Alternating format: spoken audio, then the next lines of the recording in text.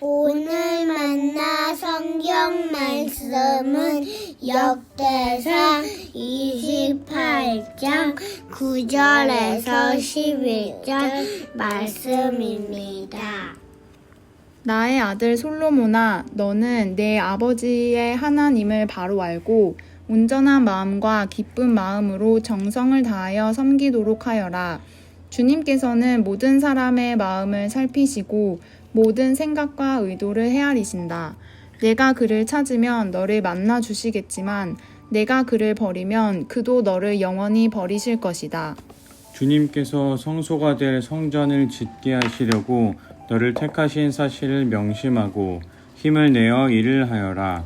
다윗이 현관과 건물과 곶관과 다락방과 내실과 속죄판 등의 설계도를 그의 아들 솔로몬에게 주었다.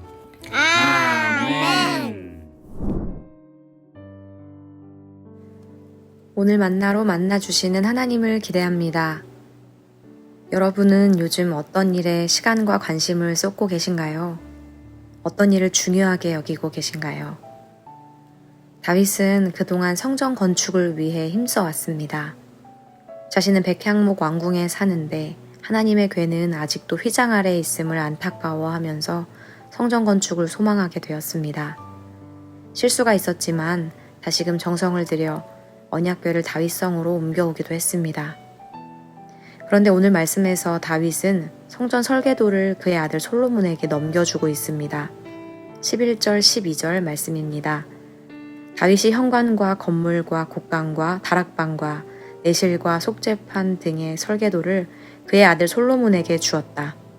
또 그가 영감으로 받은 모든 것, 곧 하나님의 성전 뜰과 주위의 모든 방과 하나님의 성전 곶관과 성물 곶관의 설계도를 주었다. 왜 다윗은 자신이 그동안 정성 들여 준비해왔던 설계도를 솔로몬에게 넘겨주었을까요? 솔로몬이 더 잘할 것 같아서, 아니면 자신이 없어서였을까요? 2절, 3절 말씀입니다. 다윗 왕이 일어서서 이렇게 말하였다. 나의 형제 자매인 백성 여러분, 나의 말을 들으십시오. 나는 우리 하나님의 발판이라 할 수 있는 주님의 언약궤를 모실 성전을 지으려고 준비를 하여 왔습니다. 그러나 하나님께서는 나에게 너는 군인으로서 많은 피를 흘렸으므로 나의 이름을 위하여 성전을 건축할 수 없다 하고 말씀하셨습니다. 다윗을 멈춰서게 했던 것은 하나님의 말씀이었습니다. 다윗은 자신이 아니라 솔로몬을 통해 성전을 짓겠다고 하신 하나님의 말씀을 들었습니다. 다윗 개인에게는 당혹스럽고 서운할 수 있는 일이었습니다. 그러나 다윗은 낙심하기보다 그 말씀을 그대로 받아들였습니다. 말씀 앞에서 오랜 세월 준비해왔던 일을 멈추게 되었습니다.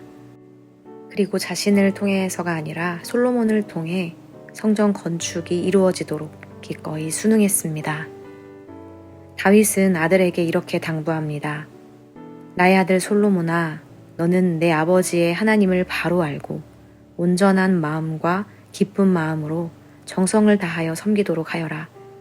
주님께서는 모든 사람의 마음을 살피시고 모든 생각과 의도를 헤아리신다.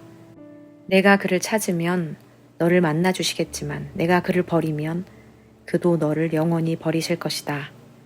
주님께서 성소가 될 성전을 짓게 하시려고 너를 택하신 사실을 명심하고 힘을 내어 일을 하여라.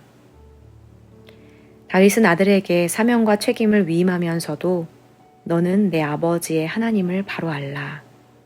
하나님을 아는 것이 성전 건축의 출발점이 되어야 함을 강조했습니다.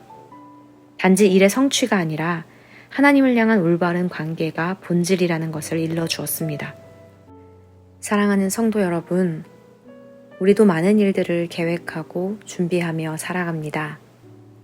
하지만 때로는 오랜 시간 공들인 일이 중단되기도 하고 생각과 다르게 이루어지기도 합니다. 막힌 길 앞에서 아쉬운 마음이 들기도 하고 예상치 못한 길 앞에서 당황스럽기도 합니다.